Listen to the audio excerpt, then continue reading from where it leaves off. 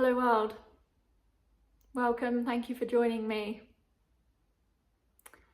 So following on from the video I posted yesterday where I was discussing the concept of building and fostering a relationship and a communication with the higher self, the higher part of your soul that resides in the fifth dimension. And there's an important point that I want to emphasize about this and the journey that I'm describing as we're lifting through these bandwidths of consciousness. So society has led us to believe that we're needing to seek things externally to ourselves.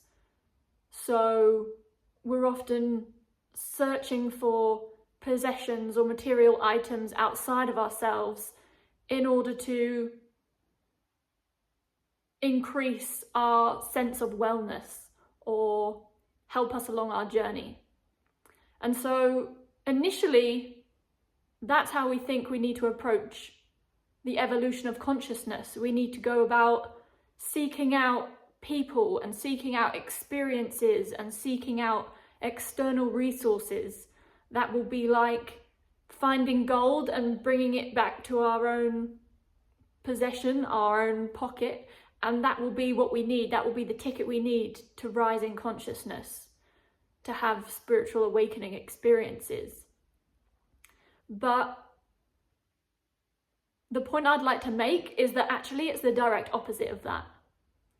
So rather than it being things externally that we're needing to acquire, the reverse is true. And it's in fact a process of relinquishing the things that we're holding on to that are not in alignment with who we truly are. So you could almost imagine this as if you had a scenario where there's a hot air balloon or a helium balloon, and it's anchored on the ground. And the task that you have is, how do we raise the hot air balloon? And logic might say, well, we could try and find something to pull it up from above, or we'll find something underneath to push it up. And these would be the external influences that I'm referencing that logically seem to make sense, but actually is not the way that it will rise. So if this rising of the hot air balloon is a representation of rising in consciousness, the understanding that I would like to share with you today is that in order to rise in consciousness, what we're instead actually needing to do is to take the sandbags within the basket of the hot air balloon that are weighing it down and identify them and remove them from the basket. And it's actually through going through a process of relinquishing and reducing the weight, reducing the baggage, that will allow the shift to occur, which naturally the hot air balloon will rise. So what this really means is that our natural loving state is one with Source.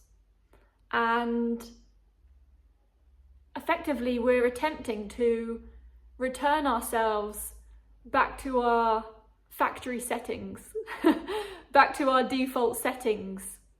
And we're looking for ways to identify and release all of the denied emotions, the blocked emotions that we have held on to, but also the false beliefs and the programming and the conditioning that we have all acquired and absorbed through our experiences of being here and being alive, being incarnated, being in society, being in families, being with people. So when you view the task from this perspective, the really good news is what I'm saying is you already have everything you need. The hot air balloon or the helium balloon already has all of the ingredients that are needed. Its true essence, its default state is love, and it will rise. What we're needing to do instead is identify those things that are in resistance to love. And once we can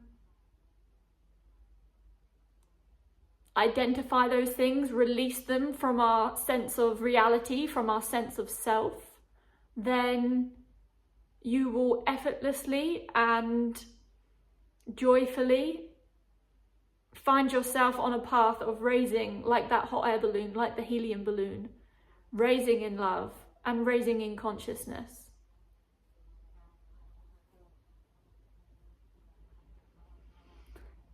Hopefully that's a different perspective that will be of assistance. It's again comes back to the reference I made before about the upside down thinking that we have here in this reality. And in fact, when we think, okay, we need to acquire things to achieve this outcome that we desire, in fact, it's actually the opposite. We're needing to relinquish the things that are misaligned from our truth, from our essence. I hope that was useful for you, and I hope you have a wonderful day. Sending you loads of love.